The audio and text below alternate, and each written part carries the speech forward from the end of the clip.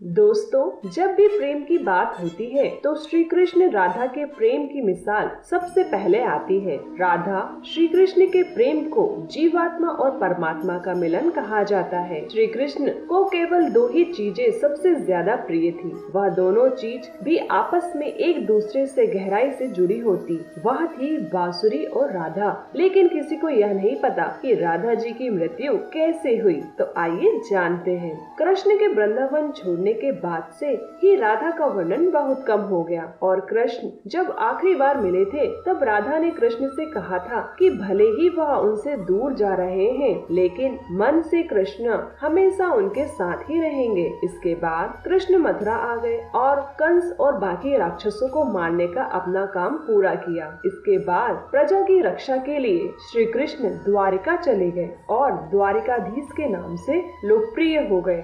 जब कृष्ण वृंदावन से निकल गए तब राधा के जीवन में एक नया मोड़ आ गया। राधा की शादी एक यादव से हो गई। राधा ने अपने दाम्पत्य जीवन की सारी रस्में निभाई और बूढ़ी हो गई, लेकिन उनका मन तब भी श्री कृष्ण के लिए समर्पित था। राधा ने पत्नी के तौर पर अपने सारे कर्तव्य पूरे किए। दूसरी तरफ श्री कृष्ण ने अपने दिव्य कर्तव्य निभाए। सारे कर्तव्यों से मुक्त होने के बाद राधा आखिरी बार अपने प्रियतम कृष्ण से मिलने गई। तब उन्होंने कृष्ण के रुक्मिणी और सत्यभामा के विवाह के बारे में सुना, लेकिन वह दुखी नहीं हुई। जब कृष्ण ने राधा को देखा तो वह बहुत प्रसन्न हुए और दोनों संकेतों की भाषा में एक दूसरे से काफी देर तक बातें करते रहे। राधा जी को कृष्ण की नगरी द्वारिका में कोई नहीं पहचानता। राधा के अनुरोध पर उन्होंने राधा को एक देविका के रूप में नियुक्त किया। राधा दिन भर महल में रहती थी और महल से जुड़े कार्य देखती थी। मौका मिलते ही वह कृष्ण के दर्शन कर लेती थी, लेकिन महल में राधा कृष्ण के साथ पहले की भांति आध्यात्मिक जुड़ाव महसूस नहीं कर पा रही थी। इसलिए राधा ने महल से दूर जाना तय किया। उन्होंने सोचा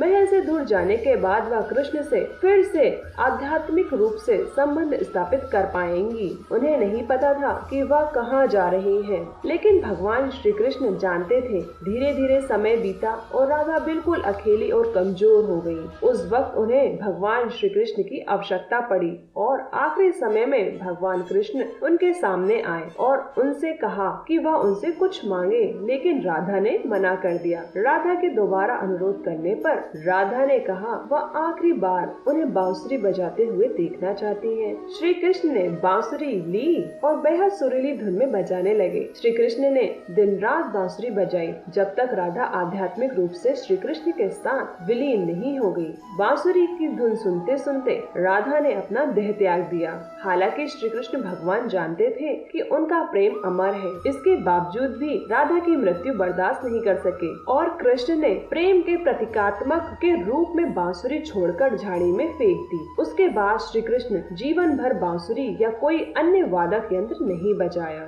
कहा जाता है जब द्वापर युग में नारायण ने श्री कृष्ण के रूप में जन्म लिया था, तब माँ लक्ष्मी ने राधा रानी के रूप में जन्म लिया ताकि मृत्यु लोक में भी वह उनके साथ रहे। मित्रों, हमारी वीडियो आपको पसंद आई हो तो चैनल को सब्सक्राइब और वीडियो को लाइक अवश्य करें। जय श्री कृष्णा।